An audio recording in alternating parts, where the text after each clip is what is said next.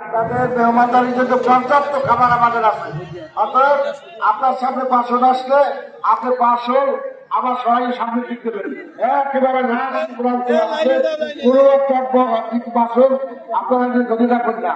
বাসন ছাড়া ভিন্ন কোনো পাত্রে আপনারা পলিথিন বা অন্য কোনো খাবার নিয়ে কোন প্রকার পাত্র খাবার নেবেন না। দরবারের খানা আপনাদের মেহমানদারির জন্য ব্যবস্থা নেওয়া হয়েছে। মেহরবানি করে আপনারা খানা খাবেন। আপনারা কেউ পলিথিনে খানা নেবেন না, খানা দ্রুত বিচ্ছিন্ন ভাবে ফেলে রাখবেন না, কেউ বাসন নেবেন না।